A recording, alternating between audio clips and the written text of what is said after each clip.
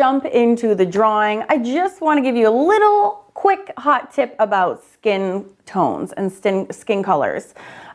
For those of you who are like me and mainly draw Caucasian girls, you're used to working in this range of colors. And I feel like it's a very common mental block when you start drawing girls of color, is it's like, oh, it's so different. It's actually exactly the same. So here you have a value scale in black and white, and then here is a value scale of skin color. So it's exactly the same thing if whatever you're drawing. In order to have dimension, right, you are using deeper shades of whatever color that you're working in. So this is called a value scale, and typically it's in black and white. And when you're learning shadows and highlighting, it's really beneficial to work in the black and white. That's like when I published my book, How to Draw and Find Your Style, it's purposefully colored in black and white only, because when I'm talking about skin tones and you're learning where to put the shading and the highlights, it's easiest to learn this concept in black and white because you can see just the different shades. And I think when you make the switch to color, a lot of times that really trips people up, but it's exactly the same concept. So you're going to be taking, say this is earth tone Copic markers. It's the same concept exactly as the gray scale. You're just doing it in the color brown, essentially. So when you're doing Caucasian girls, you're just working up here more. And actually that makes it a challenge. The Celtic week 3, we're only working up here. And it's like, because we're ignoring this whole rest of the value scale, it's hard to get dimension in because you don't have a lot of options. So I love drawing girls of color because then you're talking about working with the whole brown value scale, and you get actually much more dimension in your works. So I think people think it's very different working with girls of color if you're only used to drawing Caucasian girls, because this seems like a foreign concept to go be working down in this value of the value scale of the color brown, essentially. But it's the same continuum. It's exactly the same continuum. You might have this could be slightly different. Like you could have a kind of a red-based brown or an orange-based brown or a yellow-based brown. But essentially the concept is identical, okay? So just instead of working here, you're just working down here. It's the same continuum though. So try not to think of girls of color as being any different because they're literally exactly the same. We're just working on the same continuum, just in a different place. And actually you get so much more dimension and drama when you're working with girls of color if the lighting is specific. So look at this. We actually get to use the entire value scale all the way from brown black all the way up to like a yellowy white because of the way the photo is and the highlights that show up because of the light source facing her face like this. So super exciting to have dynamic drawings and using and coloring skin tones of people from around the world, because you get to use this whole value scale and just practice on places that you normally don't get to go. So I hope that helps you with your mindset when you're doing skin tones. And without further ado, let's dive in. All of the resources and the references for this whole entire series are on my website, which is awesomeartschool.com. I have the references in 2 places. One is my YouTube and cheat sheet library, and the other one is in the Whimsical Women of the World classroom, where everything is in real time. If you're a Fun Fab Drawing Club member, you get the Whimsical Women classroom for free as a part of your membership. And if you're interested in joining my drawing club, you can sign up for the wait list at awesomeartschool.com. All right, so we're doing a profile today. We have not done a profile yet, and I'm going to be teaching it in the same way that I teach from my How to Draw and Find Your Style book. I also have more beginner lessons on this YouTube channel.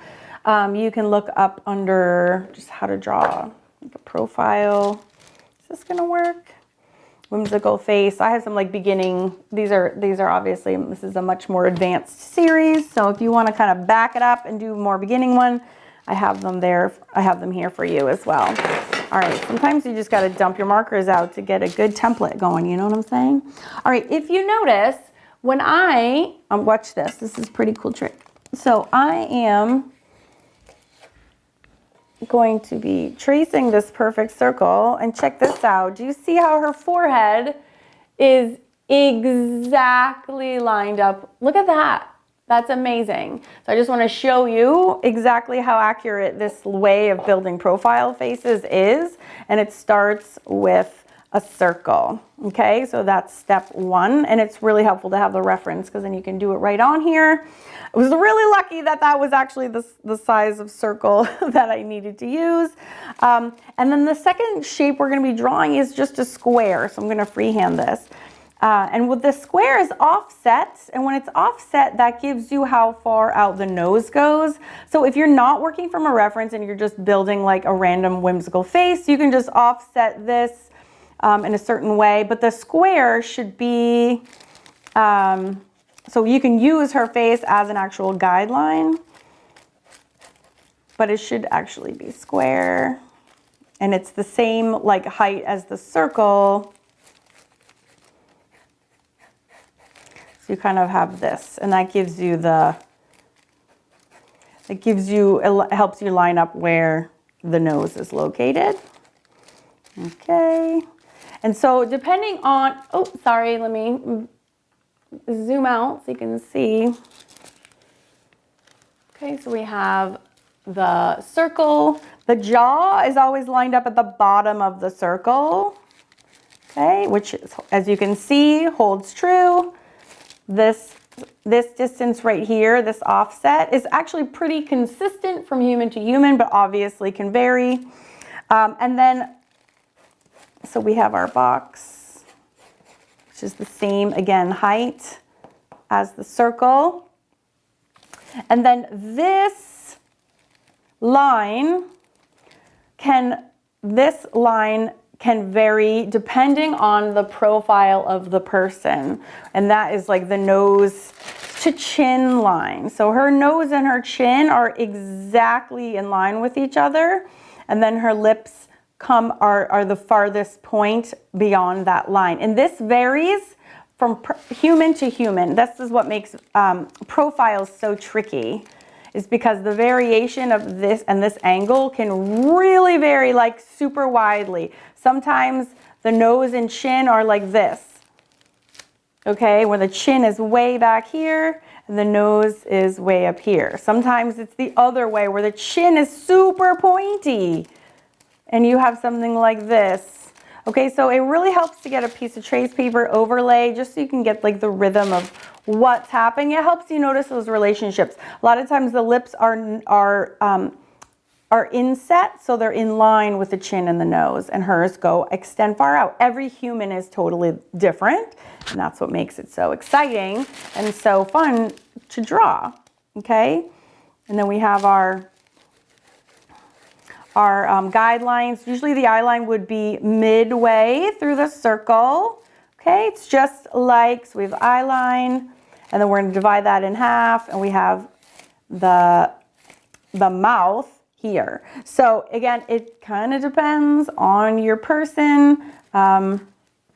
Just use a piece of trace, line it up so that you can understand the relationships before you try recreating her on your own sheet of paper. So I'm going to start with the same circle template to get started because I already know it's kind of like her size. Let me switch to a mechanical pencil. Now there's a lot of volume because of her headscarf. So look how much volume is because her hair is up and gathered. So there's a lot of volume here and here. So this, when it's important to kind of like get the overall composition. So I'm going to plunk this right towards the top of the paper because I need space beyond it for her headscarf, and I need space beyond here for her facial features. And then her headscarf actually goes, well, this is lined up a little bit differently. So I'm going to drop it down a little, but I'm going to center this circle in the middle, whoop, just to get us started. Okay, fabulous. Kind of fine tune this. Okay. And then in the next video, we will get her the angle of her face and start, we're gonna dive right in and put those features in. Okay, one correction I need to make is that when I was mistakenly, when I was talking about the eye line,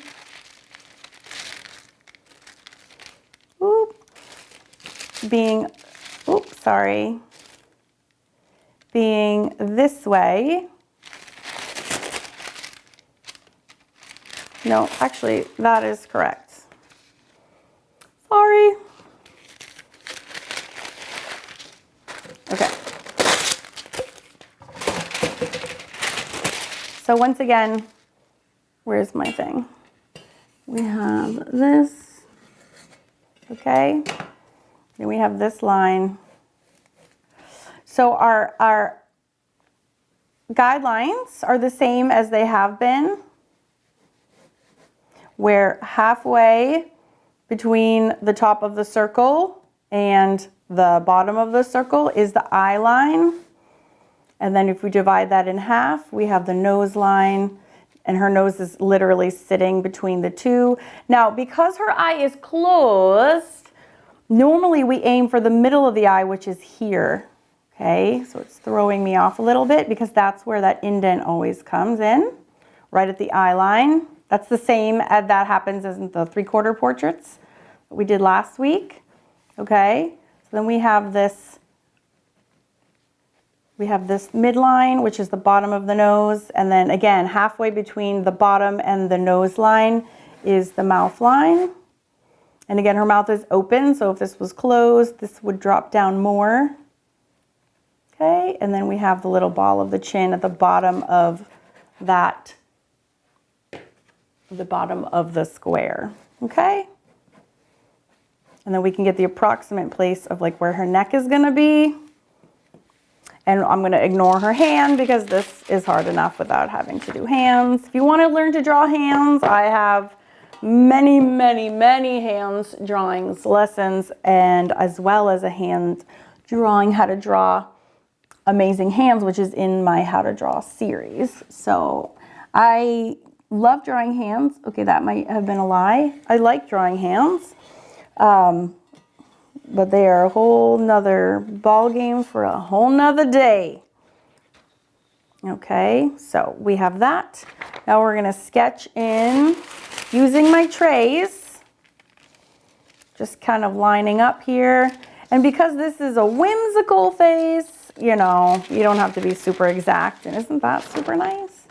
All right, so we have the offset. We have the square coming here and here.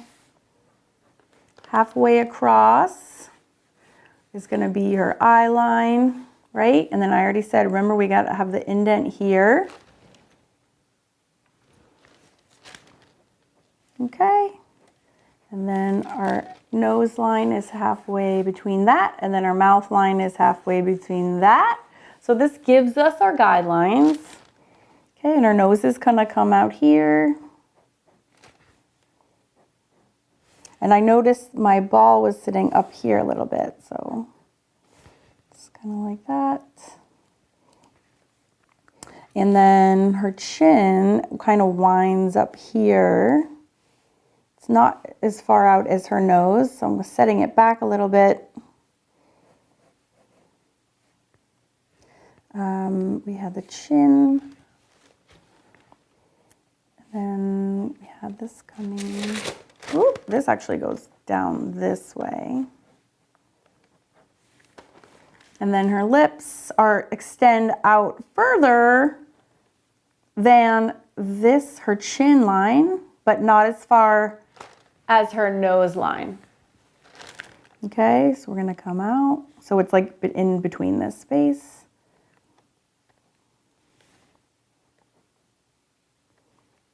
And it comes down this way, and then it kind of changes angles, and then it comes here.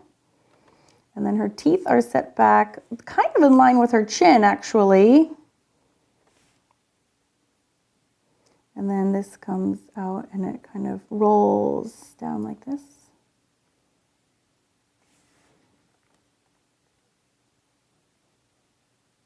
Okay, and then there's a little dip here, a slight dip, and then it comes out again.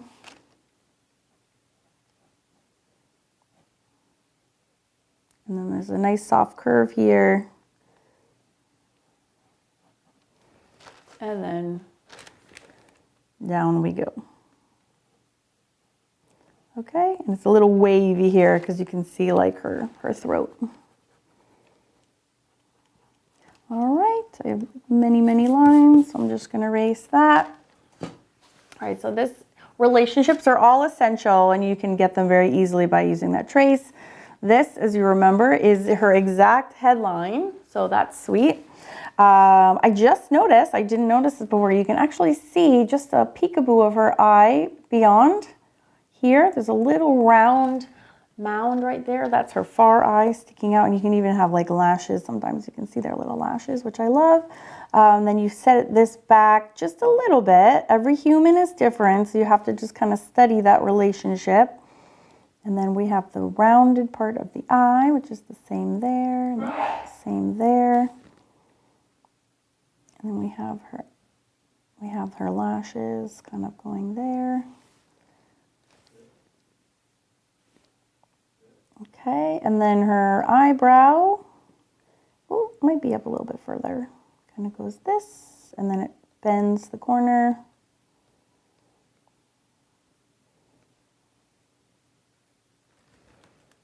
Have it like that.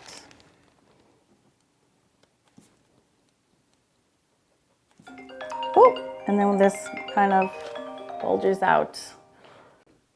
All right, so we have, yes, eye, lashes, eyebrow, and then gosh, look at, I can't wait to do her face because look at all this, how it goes, just the value scale from, white to black happens right there. So make sure you have with you whatever art supply you're going to use to color her in. You want to make sure you have that in mind. Okay, you need something. It doesn't matter what art supply you're using. Color pencils. You could be painting her. You could be using markers, crayons. You want to make sure you can make the full range with whatever art supply that you're using. Okay, that's super important. And then her headscarf starts up here. Okay, does it though? Kind of comes here, goes down, and then it sweeps back her ear. So her ear is going to sit between her lips. And the ear is typically, if you draw a vertical through your circle, it sits on this side of the vertical line, and her ear is going down here. And it's like, here, we'll do like the shape first. Ears are so weird. They are tilted backwards. Okay, so it's between typically the eye line and the mouth line is the ear. And it is askew back. And so her headscarf covers up just the top of her ear, and then you can see the rest here like this.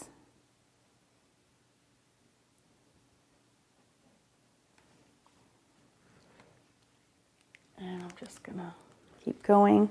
So then her headscarf kind of bundles at the back of her neck. So her neck is here, then her headscarf roll is about here. So twist in it. And then again at the top, it's kind of like one gather. here, ends up down here, and then, so there's a lot of volume, so I'm going a little bit above the circle line here, because there's a lot hair under there, so. Okay, and then it kind of sticks out back to about there.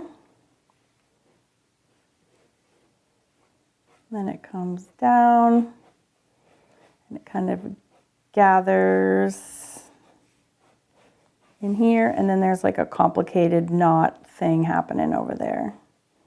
Done quite a lot of like fabrics. They're not my strong suit. I tend to just get annoyed with them, and I'm like, yeah, folds, blah, blah, blah. Lines and such. I'm not the best fabric drawer. I kind of like run out of patience. I'd rather be doing eyes and lips and mouths all day long. It's really my problem.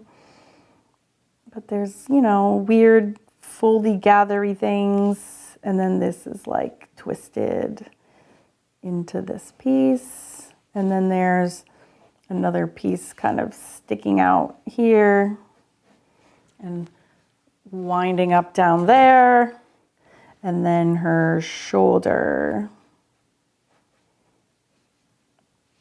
and then her blouse or her tank. I think she's wearing like a tank. Has thickness to that strap. And then you can see her strap on the far side over here, which is like her little throat bump. So this, her head scarf, is kind of in line with her other shoulder. So you can make sure those line up. Ignoring her hand. She has her shirt on this side and on this side. Oh, and then she has this awesome huge earring. So her earlobe is literally like being pulled by the weight of this earring. And then it's sitting about here on her kind of shoulder. And it is a perfect circle. So you should grab something in your environment that you can trace to make that circle.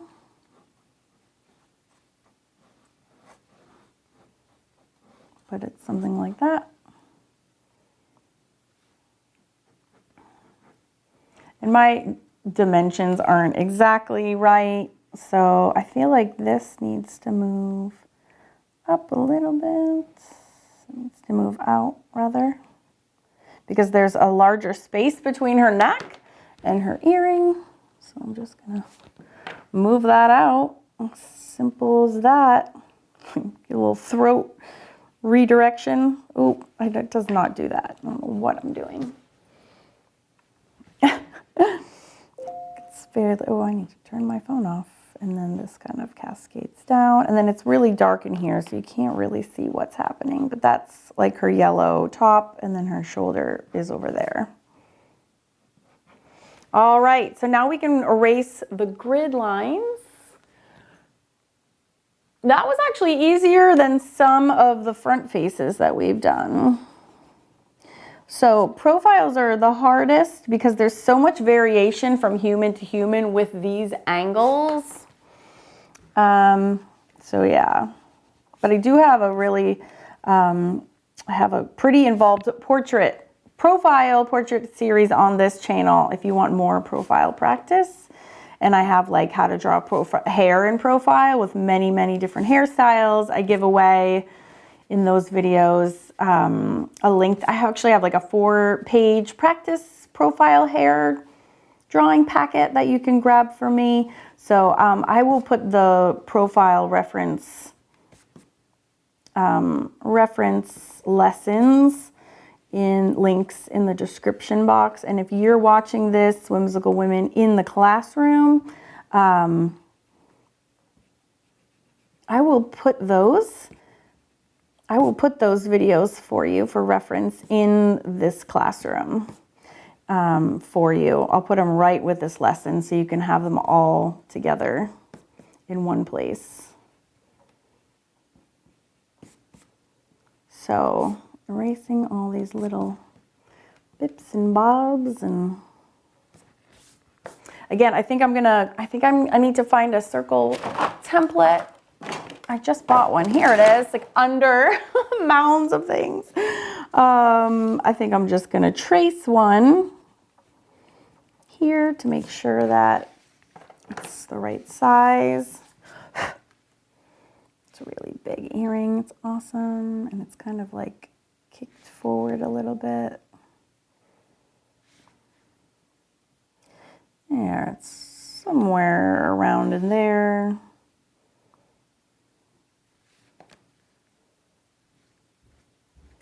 Just gonna do that. Oh, it'd be awesome if I had some graphite. So kind of like there. And then I realized too, I think this part is a little low, but whatever.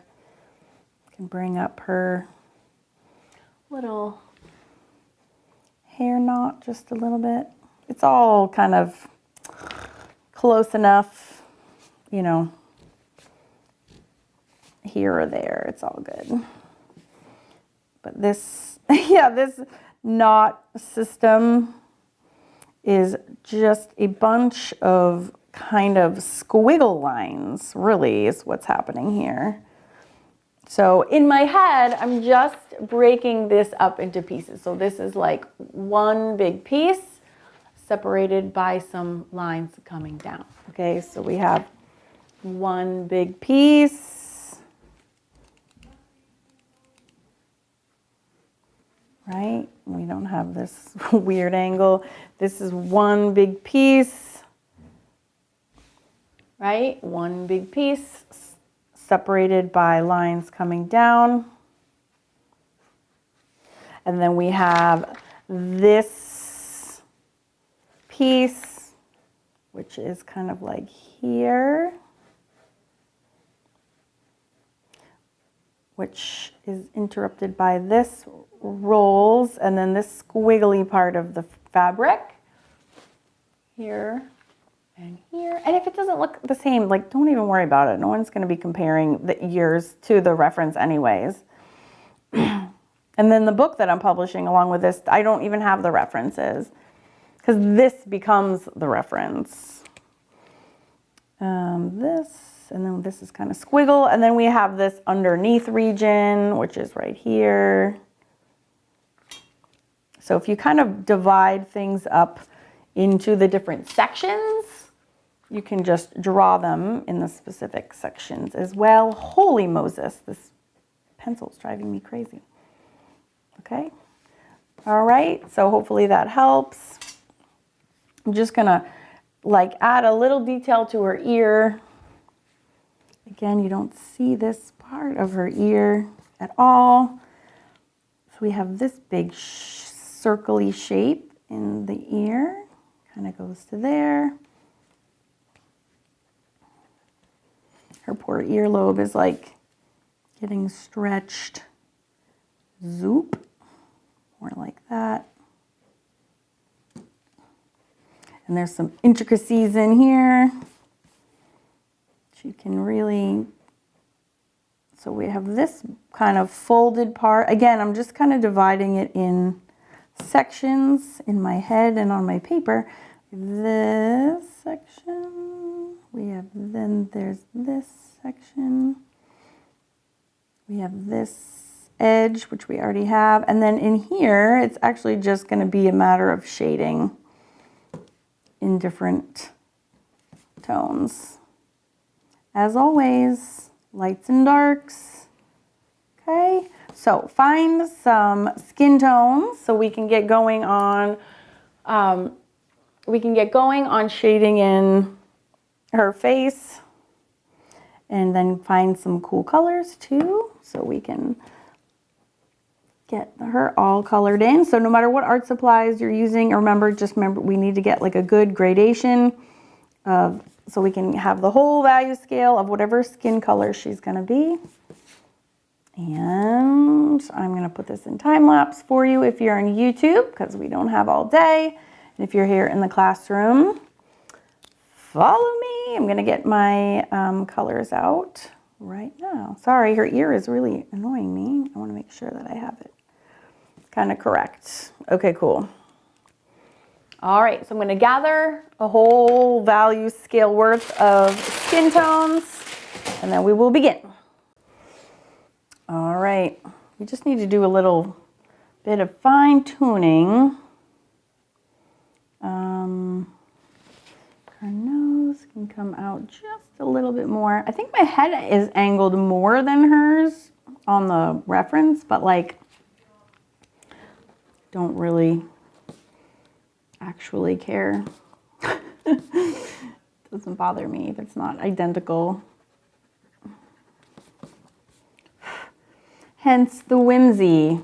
The freedom of the whimsy is that it can be different. And it's like, you just be like, oh, I meant to do that, what? And then that's all you need to say, and you're good. Let's see, so I'm just gonna get her nostril rocking because I hadn't drawn that yet.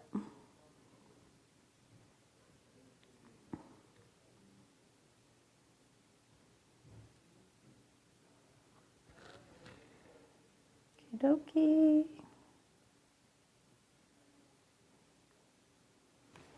All right.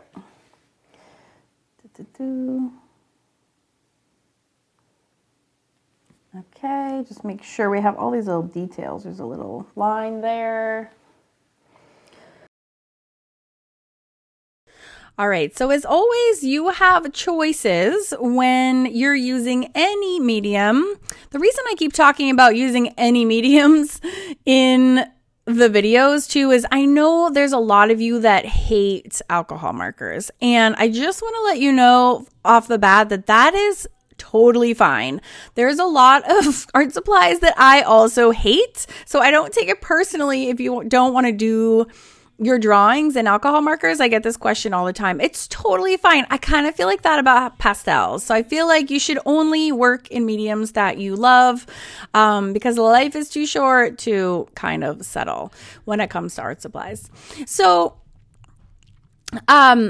what I'm doing in this case is I'm starting with the light highlights, as you can just see. So no matter what art supply you're starting in, you have two choices. You can do light to dark, or you can do dark to light. So I started light to dark, as you can see. So it's just beautiful lighting, and it's cast right directly onto her face. So the trick is to, one, pause the video and follow me where the shading goes. A lot of people think because they don't have the reference photo that they can't do the drawing. But the fact of the matter is if you're following along with my strokes, that is all you need to do to make the project. So follow me and just pause. You can also go to awesomeartschool.com and check out the actual course that goes along with this, which gives you the links to all the supplies and everything. But you can certainly glean enough information off of the YouTube video to have a super successful drawing, especially because the drawing is all kept in real time. So as you can see, it's really kind of a streaky, ugly face, hot mess right now. That is super normal. In whatever medium that you're using, you're going to come across or bash into an ugly face. And markers are especially good at being ugly for a while because they're just streaky, especially because this, the scale of the projects here are so large. You have to work super fast in alcohol markers in order to reduce the streakiness, like right out the gate. And you can't work fast when you're working on such a huge area. And I like to draw very large. So that's just something to keep in mind. Do not let it discourage you, however, from making art with markers. If that's something you want to set out to do, you just have to kind of know that that's your reality and that's what's coming, and it's okay.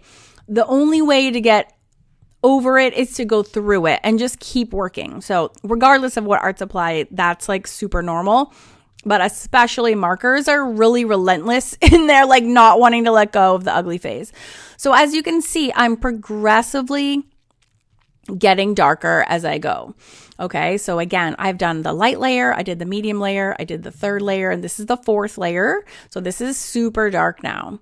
Now, another thing scary about markers is you have these areas, you have these sections going from light to dark, and they're kind of like rough transitions a lot. And there's a lot of ways that you can combat against them. One is you can just collect a lot of marker shades and try different shades that will progressively kind of fade that out. So I'm talking about that contrast between shades. So the more marker colors you have, then the more variety it is, and the more tools you have in your toolkit, so you can kind of like keep bringing out new colors to try to ease those transitions. Another thing you can do is to use colored pencils. So I like having a collection of colored pencils that are similar in values to my markers, and that can be huge too. And a really big help. Colored pencils can kind of fix a lot of the mistakes, quote unquote, that you see in your markers. All right, this is the last shade of brown. As you can see, it's super duper dark. And so it's going on, since the light source is hitting straight on her face, everything under there is going to be really, really dark. So definitely like behind the ear, because the ear is casting yet another shadow, right? And so is her earring. So as the further back away you go from her face, the darker and darker the shades are going to be. And it's just kind of as simple as that. Now, I'm trying to follow, again, the highlights on the reference, but again, you can just follow me. Now, if you notice, I'm taking this super, super light yellow and I'm putting it everywhere. So I'm using this as a blender layer, and I'm putting it literally everywhere. It was the first shade that I used. And because it's wet and because it's a light color, I don't need to worry about introducing yet another tone, but it does re-wet all the colors and it helps them blend and eradicate a little bit of the streakiness. If it doesn't work in a light color, you can go maybe one tiny step down, darker, and that can help as well. So I'm using the darkest shade again now for her eyebrows, and these are pretty straightforward. You don't really see individual hairs. And I'm using it for the darkest parts of her face. So that's the eyebrows, the nostrils, her eyelashes, and then her lips. Her lips were super hard for me in this one because they are gleaming reflective in the photograph. So I'm trying to they almost look white because the reflection and the highlights are so strongly light, and they end up looking not so awesome. That was an effect that was really hard for me to capture in this particular drawing. And just before I talk about her headscarf, I just want to take a minute and talk about the fact that you just saw me go horizontally across her face with yet another color, and that was again my attempt to blend all the streakiness out of her face. There's still work to do, as you can see. We still have the streaks on the side of her cheek, but it just takes a little bit of patience. I got a little wary of her face, so I decided to work on her head wrap, and it was the same system I use for picking out markers for her face that I do for everything. So you really want to just lay out your marker collection or your watercolor collection or your paint or whatever medium you're working with, and you're just going to want to take a few minutes before you start the project and color swatch and scribble down little pieces of color. I actually created this Fun Fab Swatch pad, published book. I made this cute little book with my Facebook group just for this purpose.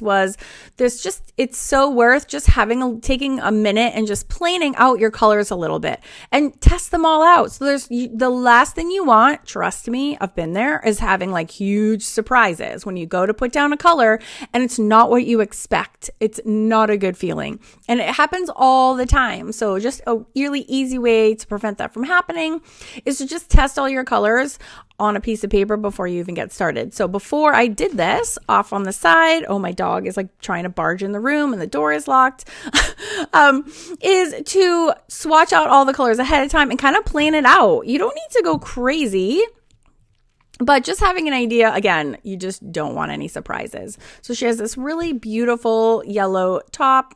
And I kind of kept it plain for a while, and then I realized I really needed to go ahead and add some extras. All right, so where was I? Let the dog in. So I'm taking I realized looking at the reference photo that the shaded part of her face is actually much deeper. So I need to really ratchet it up all of the tones. Now I get a little nervous doing super dark skin girls only because I don't do them very often. And that's also another reason why I want to do this series is like, I want practice doing people from all over the world. And I want to get good at drawing all sorts of different skin shades, not just the same white girls over and over and over again. So this is a fantastic practice. So the way to kind of combat that is to just do it. So I'm just taking my whole rainbow of brown values and I'm just moving down a little bit, like we talked about at the very beginning of the video, was just going down the value scale. And that's all it is. It's not scary. Once you understand that concept, you can kind of get better at practicing it and putting that into practice. So, okay, just go down the value scale, grab some darker tone markers, and let's deepen this girl all the way down. And it's all it is. And it's okay to start slow too. Like, it's okay to take your time and start light and then gradually build up those values. Because actually, the more layers you put down, the more realistic it actually ends up looking, because our skins are these beautiful, glowing, array of shades, and you actually end up kind of creating that effect by doing so many layers. So it's kind of neat. I've been obsessed with this Pentel brush marker since the beginning of the series, and ended up using it for all the girls. I actually don't love how thick. I used all the ink up out of the cartridge, so I actually had to replace and put a new one in this pen. And when I did that, it's kind of not been the same ever since. So I don't say I regret it, but it's not performing and leaving the thin lines that I was able to get in some of my previous drawings. But again, I always am like trying things. I'm always experimenting. I always just kind of do art from my gut, and I don't worry about too many things. So it is what it is. So again, the same way that we used different skin tones in the face, I'm using different tones in her headscarf to make it kind of more realistic. Doing again see how many times I do that coat that's going horizontally rather than vertically on her skin. It helps really blend those colors together so that it's not as streaky.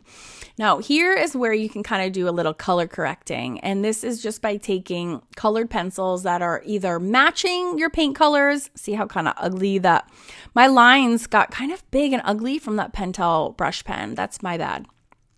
I need to stop using it, but I'm like addicted to it. So here I was unsuccessfully trying to kind of recreate the highlights that I was noticing on the photograph. I mean, they're like, her lip is white, but I don't capture it super well.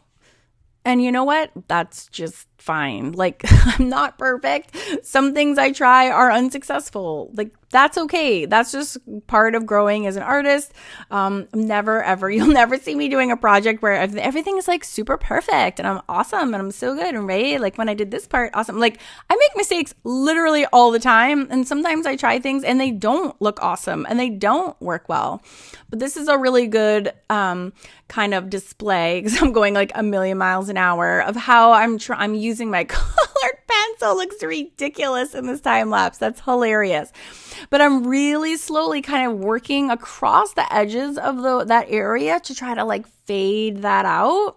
So again, it just depends on what color pencils you have. I was just doing my best. I never really get super rid of that streakiness, but if you look at the photo reference too, like there is almost like a line of delineation where the illumination on her face is. That's really what it looks like. So I'm like, all right, good enough.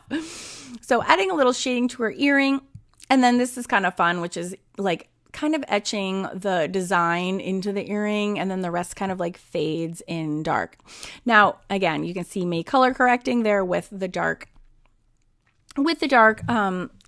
pencil, and then adding just a touch of white highlight. Now, truth be told, I was done at this point, and I actually like uploaded my videos and like gave them to my video editor and like was done. And then I was staring at the photograph that I took on my phone, and it just looked like her ear was like stuck on top with like Scotch tape of the rest of her face, and it was super bothering me. Like I couldn't get past it, and so I actually ended up going back to my art studio, which is something I never do because I'm usually so done with something. I'm like, good enough. And then that's just my whole philosophy on like everything.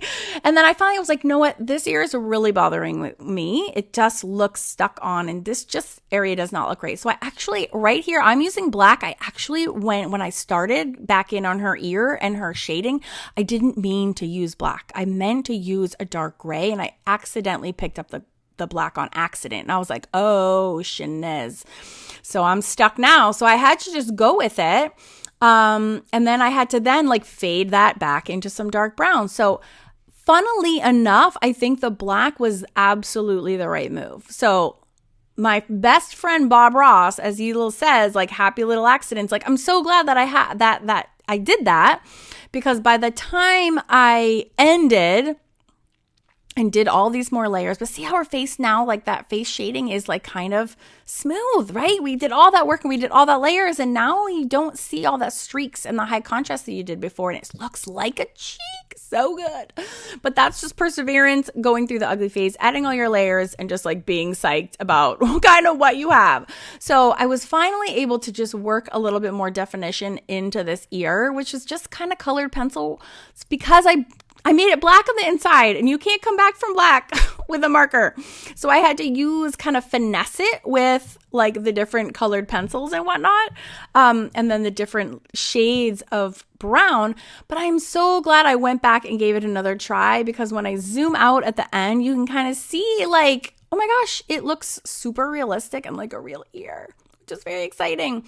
So look at this again, like how many more coats and layers of markers can you have? But I just want you to see, like, it sometimes just takes a lot, but it's okay. Like, just honestly keep working. Like, you can't put on too many layers. And this amazing hammer mill paper that I work on can take whatever beating you you dish out. Trust me, it's just like Bristol. And let me tell you that do never underestimate the power of your paper. It is equally as important as every single art supply that you're going to be putting onto it. So I hope you got so much out of this video, but honestly, layer up, persevere, go through all your layers. I'm going to return next week and we're doing yet another whimsical face. I'm totally obsessed and having the time of my life. To catch all the other amazing episodes in this series, click the playlist here on your screen, and I'll see you next week for the next video.